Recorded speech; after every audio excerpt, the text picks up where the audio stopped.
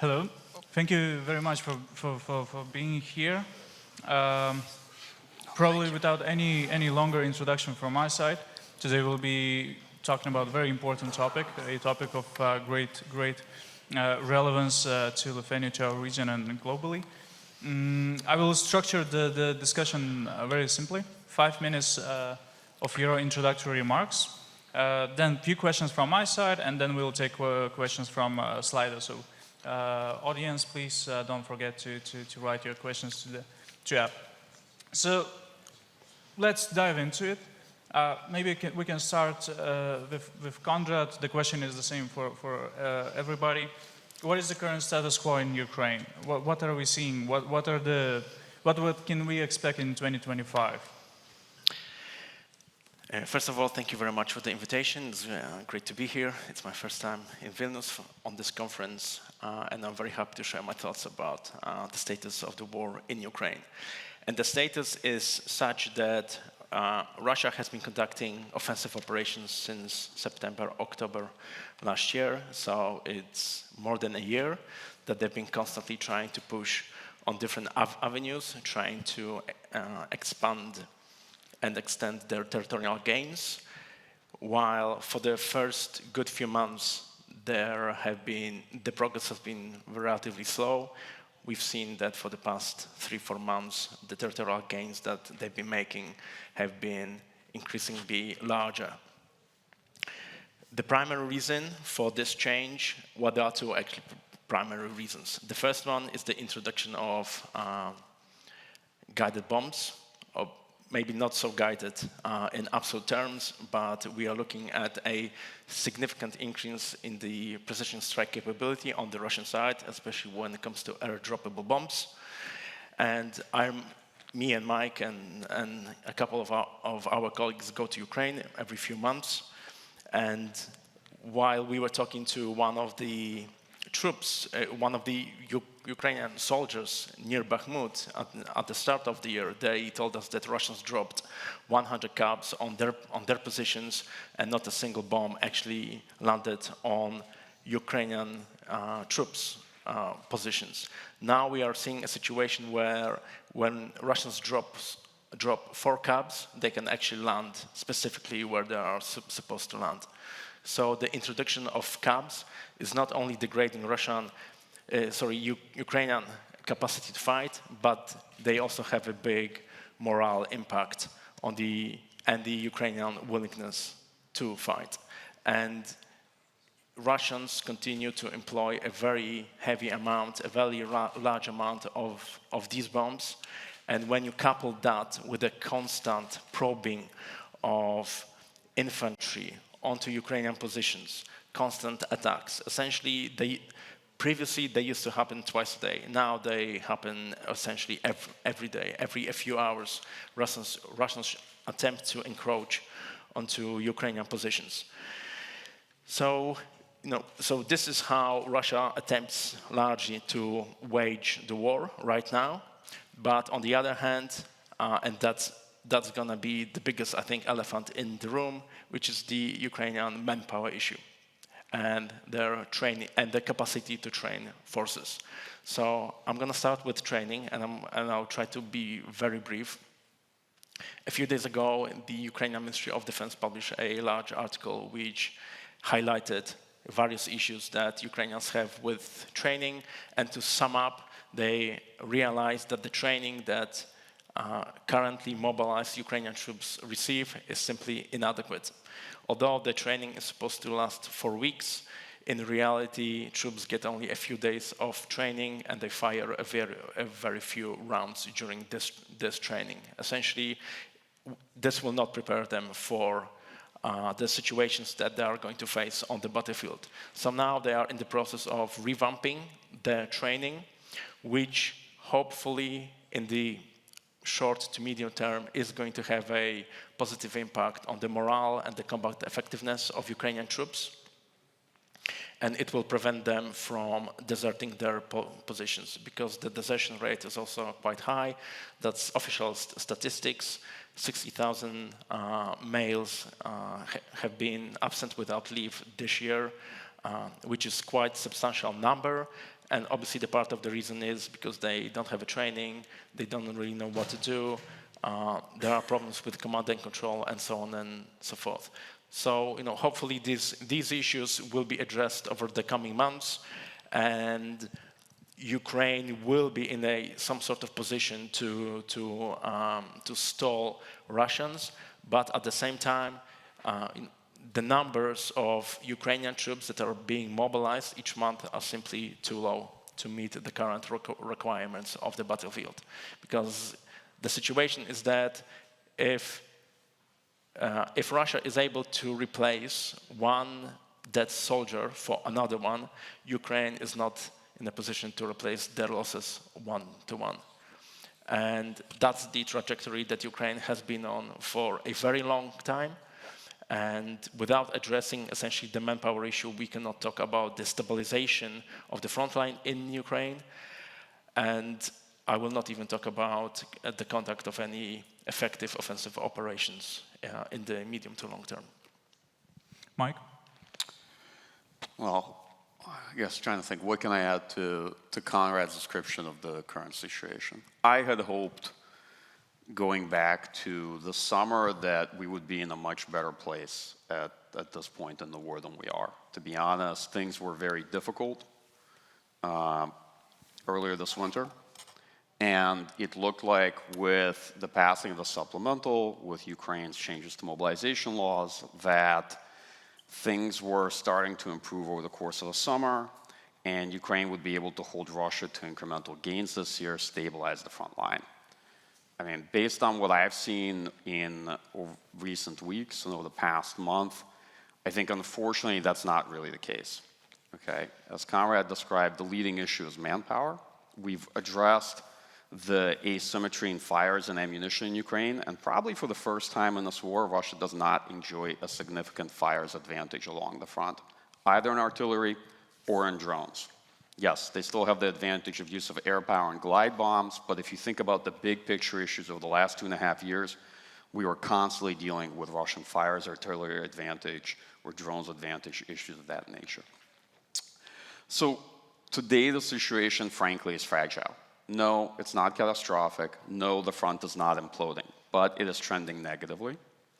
And without adjustments, without force correction, both in Ukraine's approach to force generation, force management, right, training, and a better alignment of strategy with us, I had hoped that the Kursk offensive, whatever you may think of it as a gambit, would prompt a discussion and a realignment of strategy between the United States, between Ukraine's Western partners, and Kyiv on a new approach. And to be honest, I haven't really seen that happen. And hopefully it will take place under the incoming administration.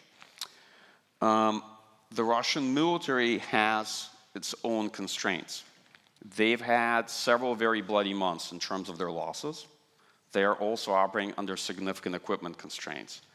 But presently, they are able to still generate on a monthly basis a fairly significant number of newly contracted men, towards 30,000. And as Konrad suggested, the problem is that Russia is maybe not replacing its losses one for one, but nonetheless, it is regenerating forces, and Ukraine is not able to do the same. If we look out into 2025, because a big part of our question is what are expectations? There's a couple things we don't know yet. First, what will be the impact of Russia's critical infrastructure strike campaign? We don't know this because we don't know how many missiles Russia has yet in reserve to attack Ukraine this winter. And we also don't know how cold this winter is going to be, okay? This is the first issue, because we tend to focus on the front line, but we forget that a lot of the damage being done behind the scenes is by Russian strikes against Ukrainian infrastructure. And power generation is a major issue over the course of this winter, and we don't quite know how that's going to play out. I'm a bit more optimistic on that front than I am about what's actually happening at the front line.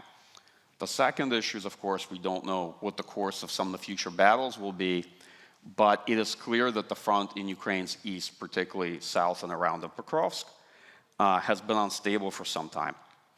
and that to some extent Ukraine's defensive effort is struggling from cohesion because of a lack of manpower and steady fragmentation of the forces being involved in defense. And the big question is how to stabilize that, and I think one of the biggest challenges that Ukraine has to deal with is to stabilize the manpower situation because there's no way to stabilize the front. The amount of infantry available is just too low, and compensating for a lack of infantry with drones, which is the main force multiplier, is effective, but ultimately not a sustainable strategy. If we look out into the next couple of months, what I'll say is that I think Ukraine and the United States, speaking somebody from Washington, D.C., and European partners still retain the opportunity to stabilize the situation, and the options are there to steadily exhaust Russian offensive potential and to buy Ukraine sufficient time. The challenge we have right now is if you look at all the Russian constraints, they're going to be much more consequential for the Russian war effort more in the second half of 2025. This is a very rough estimate, right? Military analysis is not fortune telling. It's very hard to kind of predict or read cards to say when things are going to happen. And the big question is how can we effectively extend Ukraine's timeline such that Russia is not in a position of decisive advantage by such time and is not able to negotiate from a position of strength, but rather it is the opposite that is true. There's Ukraine and the United States and Ukraine's partners that are able to attain war termination on favorable terms. Thank you. Minister? Thank you very much. So first of all, 10th conference, fantastic. I was the initiator of this conference. Linas recognized probably, where we started. So congratulations to the center, and a new name. I think it's a good choice. So moving forward, Linas, thank you very much for everything. So I will not repeat. I think it's best experts, best analysis. I will talk a little bit more on what we are doing, how to fit to the main topics and needs of Ukraine. So, during my 7 months of ministerial job, I met several times with Minister Umerov, and the biggest question, how we can, accelerate some processes in some areas. So now there are 4 main priorities for Ukraine. So, of course, artillery ammunition. And here I absolutely agree. If a year ago we have firepower balance 1-10, 1-8, 1-7, now it's 1-2. So it's not bad here, yes, but still it's badly needed. Then different types of air defense, from short range, medium range, long range. Here we have, as a Western community, lack of this capability. It's most critical capability in Ukraine, but also in the whole alliance, and it's a big headache how to accelerate our industrial base. Absolutely, I want to thank Germany for what we are doing for air defense in Ukraine, giving them 1/4 of their own capabilities of Patriot systems to Ukraine is a big thing. Now IRIS-T is going, to Ukraine, but the need of Ukraine is still much more bigger. So it's of course air defense. When we are talking about 14 new Ukrainian brigades, so it's about manpower.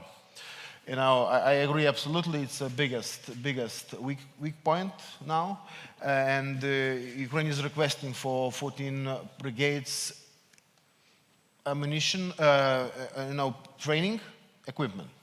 So every brigade has 49 items what we need for the equipment, and now we're thinking how to plug in with our capabilities for, at least taking one Nordic-Baltic brigade, I would say, the Ukrainian Nordic-Baltic brigade, as French is doing, as Germany is starting to do, and then how to help here Ukrainians for equipping and training their brigades. So this is, I would say, a crucial point. And the fourth topic is Ukrainian industrial base. And here, for me, is the biggest question mark. What really they, can already produce? They can, and absolutely, it's the best way to go on this, sovereignty of Ukraine. Just putting the money into the defense of Ukrainians, and accelerating it.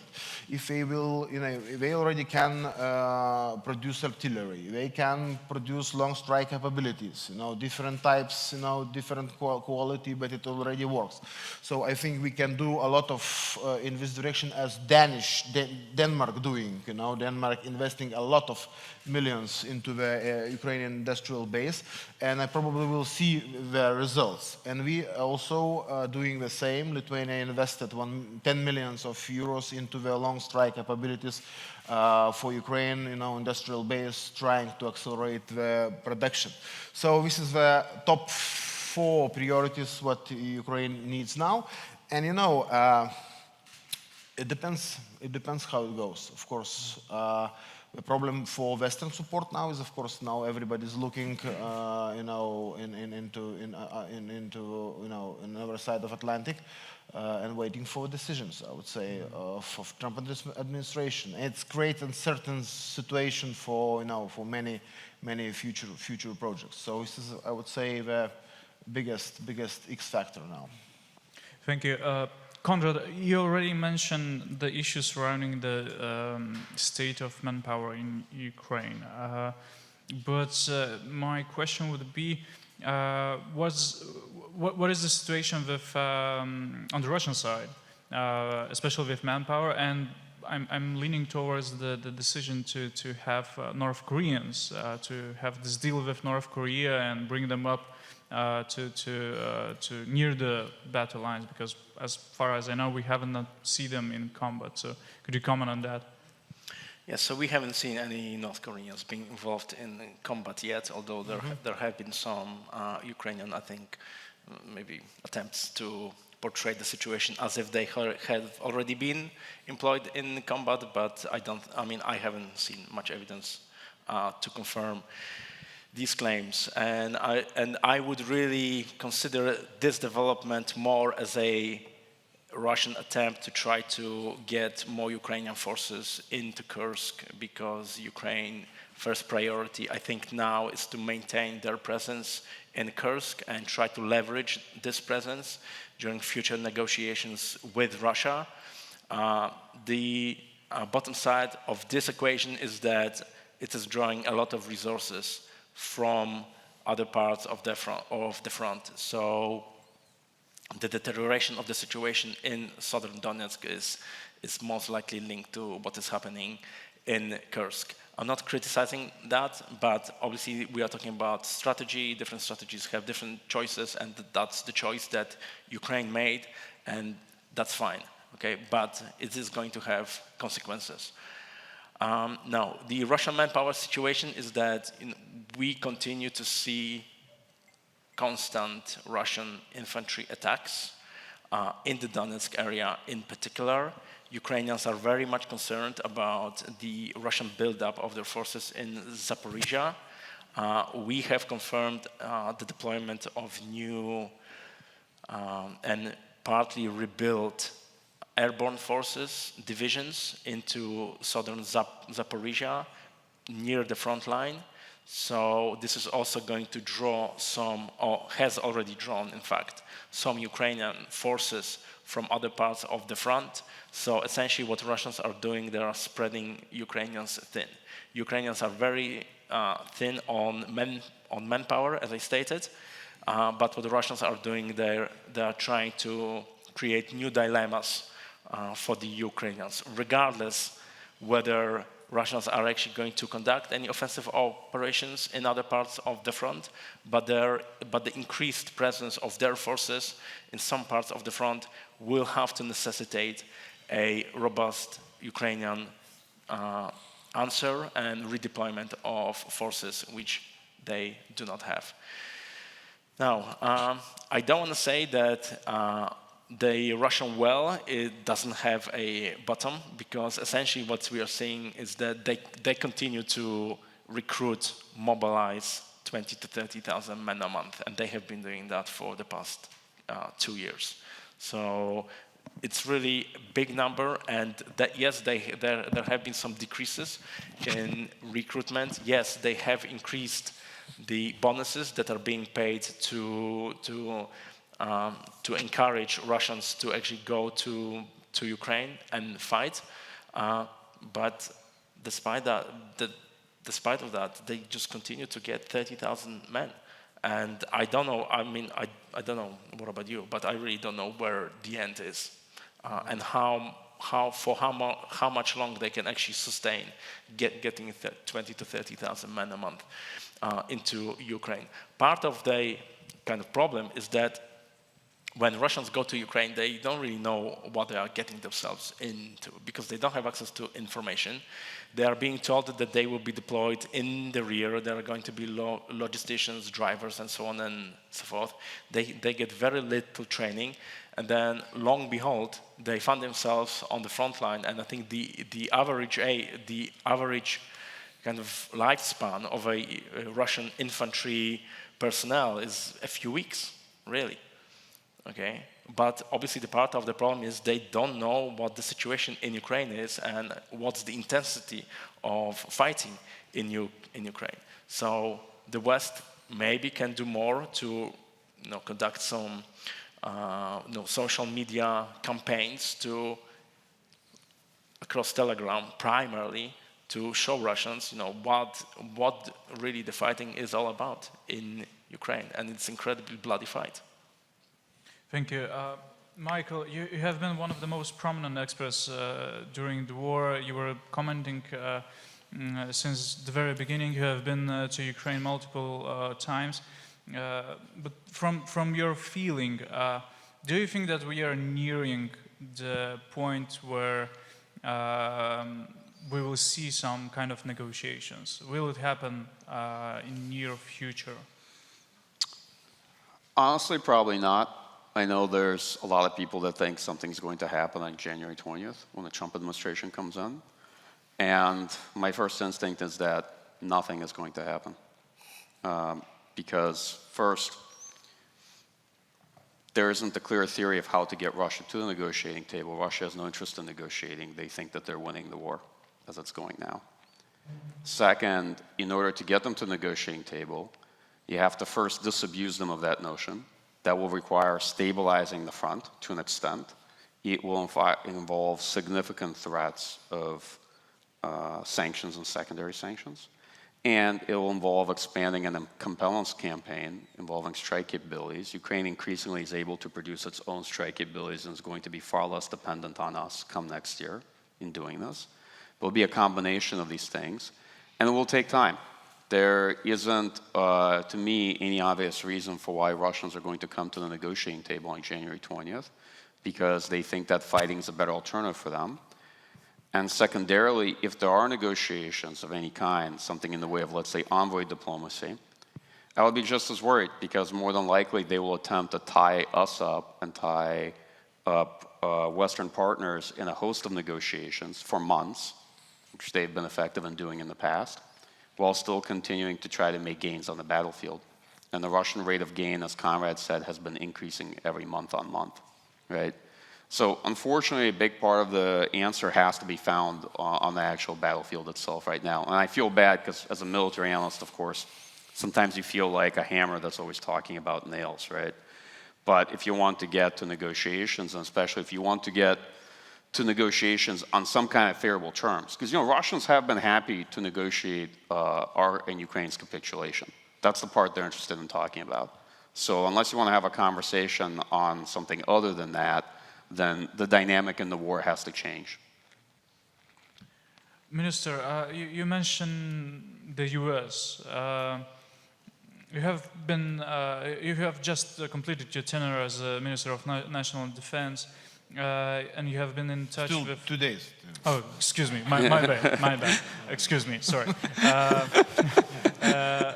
You have been in contact with many European partners, and what is the mood in European capitals especially regarding the U.S. aid to Ukraine and the unknown variable of the administration that we still don't know who exactly will take most senior positions?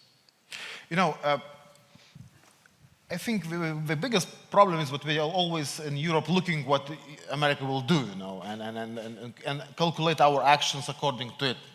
It's happening, But if you look at the Nordic group, I would say, which is quite broader, it's the Nordics, Baltics, Netherlands, Germany, we are doing quite well, supporting Ukraine. What I talked with Swedish minister, what is Denmark doing with Ukrainian industrial base. I think it's a role model for what all, Western countries could do.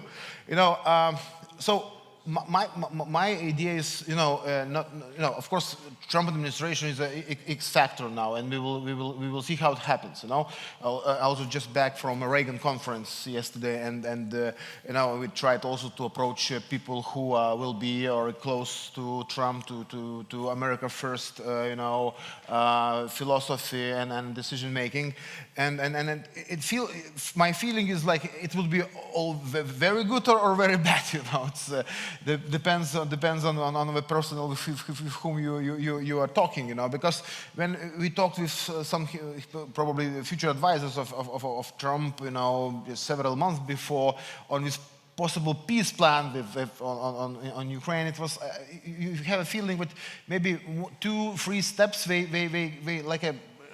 We try to evaluate, but not a fourth, not a fifth, and not a sixth. With Russia to have a peace plan is quite difficult. If Russia maybe stops for temporarily, conventional attacks or like ground attacks, but they will continue, missile attacks or diversion sabotages. How you will consider this plan? Is it break plan which is done, or still can exist, or for example, how you guarantee the Ukrainian Kiev-controlled Ukrainian territory security? If not NATO, so the troops or weaponry, many things which still do not enough evaluated, especially knowing with whom you have trying to have a deal. So the idea, making the deal is a good philosophy, but we need to have a good deal, good deal in Trump terms. What does it mean? First of all, you need to make Ukraine stronger before the negotiations.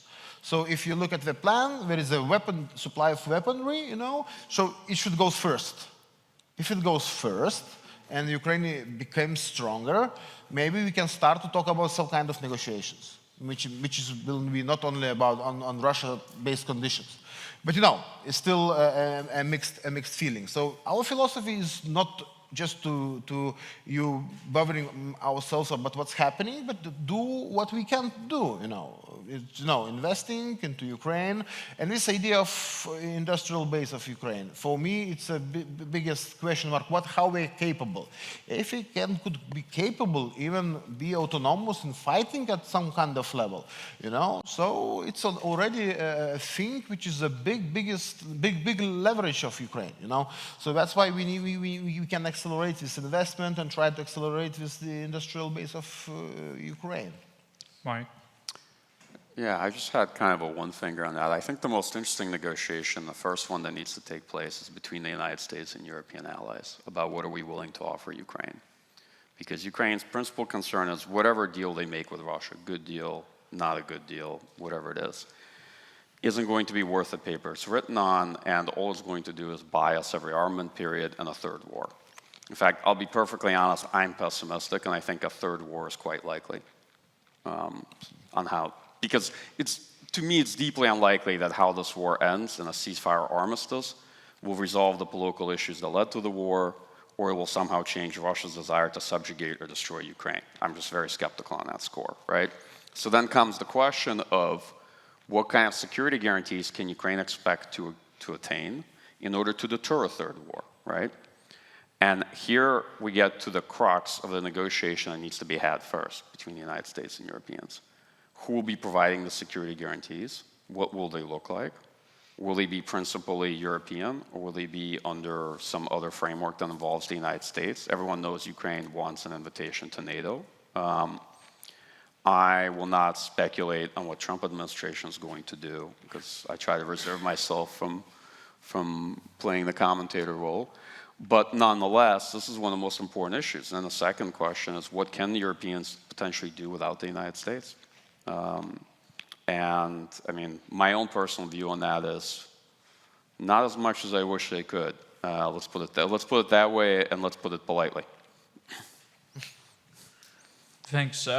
We'll get to the questions on Slido, and we have one very concrete question. And Konrad, do you think it's possible to defeat Russia on the ground in 2025? Okay, you have to first define what defeat means. Okay. Whatever it means. It's such an open question.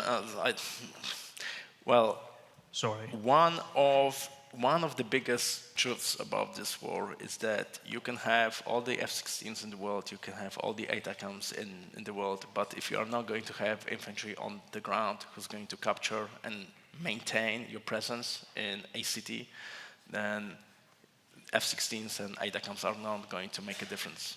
Okay, so to see Ukraine conduct viable, effective combat operations, first and foremost, it needs to have capable infantry, and to that you are going to add various enablers, drones, electronic warfare, which Ukrainians have one of the best in the world, no doubt about that. Then you are going to add ATACMS, GMLRS, F-16s, and so on and so forth. So when you are going to have the entire system is going to be trained and ready to fight, then it's going to produce results.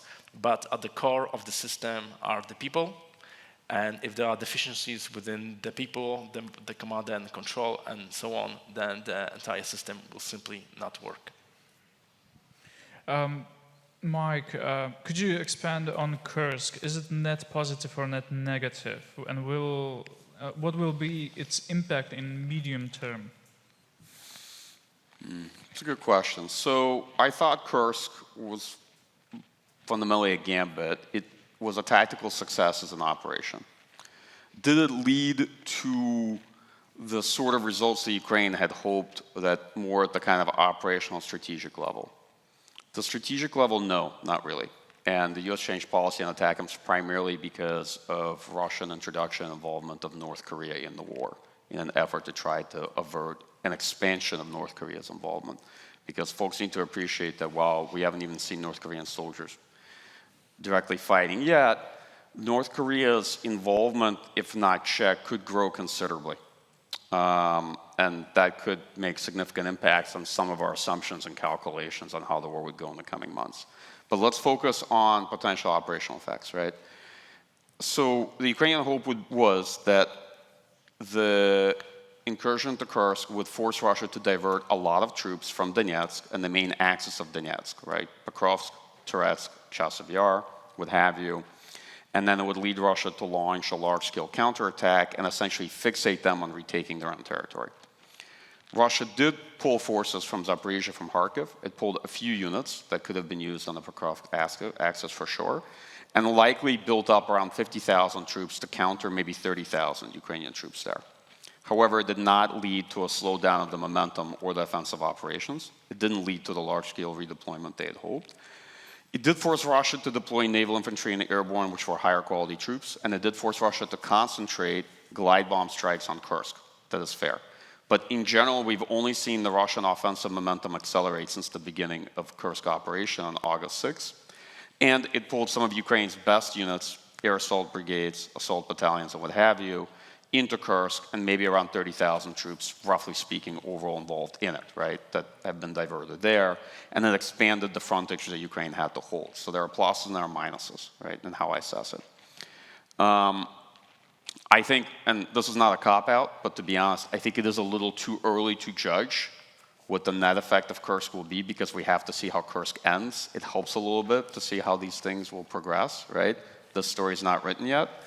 In general, though, I think that while Kursk offered a boost to morale, and it helped change the somewhat gloomy narrative in the summer for a bit, it frankly only changed it for a couple weeks, okay?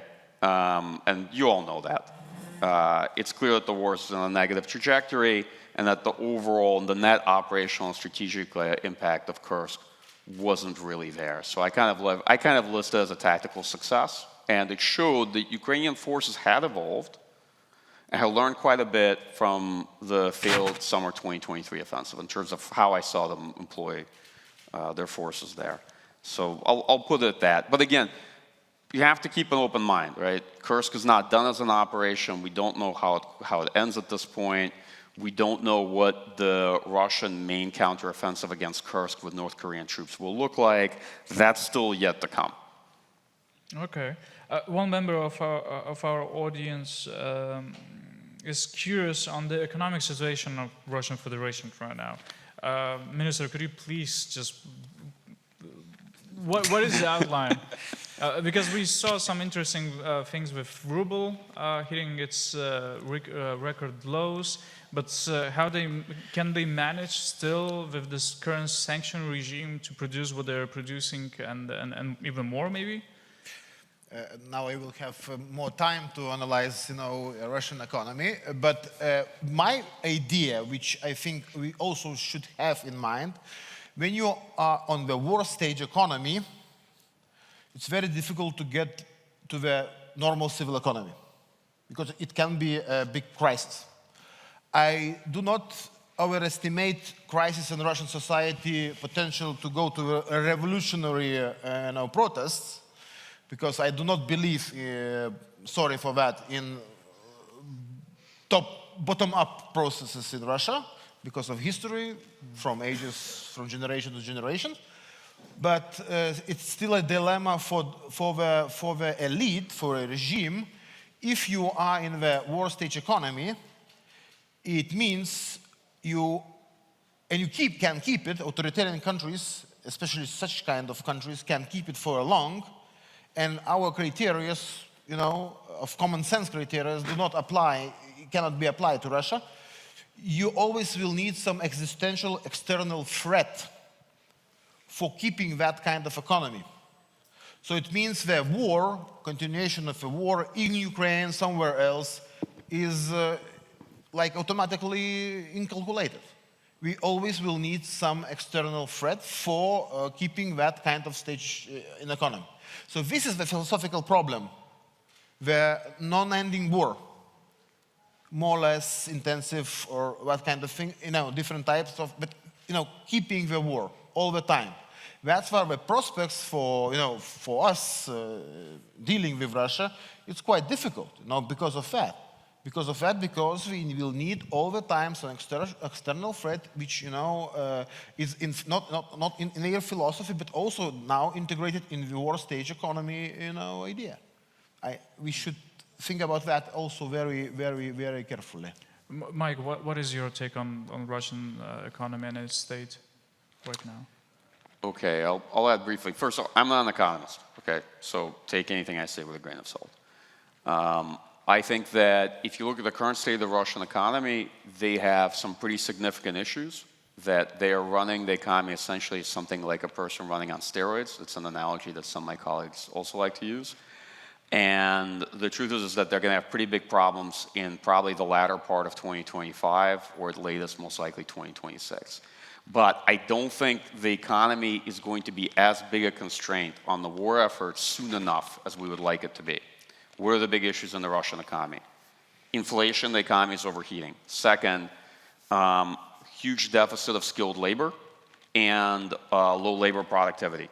And they are spending immense amounts of money to replace losses in combat and to also hire people for defense industrial production, which means that as long as the state is spending this amount of money on the war, they cannot address the inflation issue. This is why the central bank has raised the stake to 21%, and it's probably going to go even higher. But they can't sustain that for very long, because anyone understands if the base rate is 21%, then it's going to have potentially very significant negative effects on the economy as well.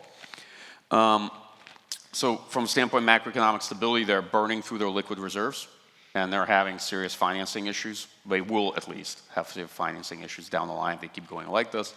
All this is to say that, look, where Russia currently is, and I can't predict the price of oil for the next year either. If you can, congratulations. I can't. Where it is, and without necessarily knowing what the impact of additional secondary sanctions will be, we have yet to see what Biden administration's packages will look like, or Trump administration packages, for that matter. Russia is not nearly as well positioned in this war as it looks. And they're certainly not positioned to be making the maximalist demands. And if they are not winning the war decisively by mid-2025, they're actually in trouble. And if it's not the material constraints in terms of equipment and manpower, then certainly the economic constraints and the issues that loom for them and the increasing instability and the challenge that they will have in handling, balancing all these issues, they will really come to shape decision-making, I suspect, by latter part of 2025. Now, could be wrong on that. Again, Putin has consistently showed that he's been willing to sacrifice most things in order to sustain the war in Ukraine. But macroeconomic stability in this picture is something they take very seriously there. And to be very frank, the only reason Russia is still in this war, at the end of the day, I'm going to be a bit blasé about this, it's not even so much Russian combat performance, it's the performance of Russian Central Bank and Ministry of Finance. Okay? And if it wasn't for how the Russian Central Bank and Ministry of Finance handled the shocks, the sanctions, and all the economic issues, Russia would have been out of this war a lot sooner. Thank you. The very last question for Konrad from our audience. For 2 years, headlines claim Russia is running out of armor, and with less than 50% remaining. T-55 tanks deployed and etc. What's the real situation with Russian armor right now? Wait, is it for Konrad? It's for Konrad, sorry. Yeah. Do you want to take it? No. The last question, I promise. The situation with armor is that Russia produces between 150 to 200 T-90Ms.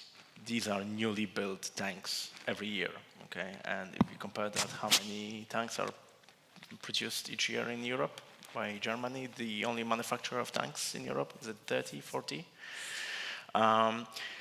So yes, the rate of losses that Russia is currently sustaining in Ukraine is not sustainable over the long term, hence the withdrawal of T-55s, T-64s, and what have you. But they will slowly rebuild some of that capacity. The battlefield in Ukraine is that on a tactical issue, it is on a tactical level, it is transparent. Okay, so if you are going to use tanks or infantry fighting vehicles, APCs, any equipment, the likelihood that it's going to be destroyed relatively quickly is incredibly high. So what Russians tend to do is they tend to, if they do conduct a armored assault, then after the armor is destroyed, they just continue to pour people, and they keep the armor on the back, and they use it for indirect fire or what have you. As long as Ukrainian drones are flying across the battlefield in incredibly high numbers to conduct not only reconnaissance but also strike rolls, then the Russians are going to suffer incredibly high armor losses, and hence I would expect them to keep them more in the rear and not to waste them on some not well thought assaults. Thank you so much. Our time is up. Please join me in a big round of applause for our speakers. Thank you.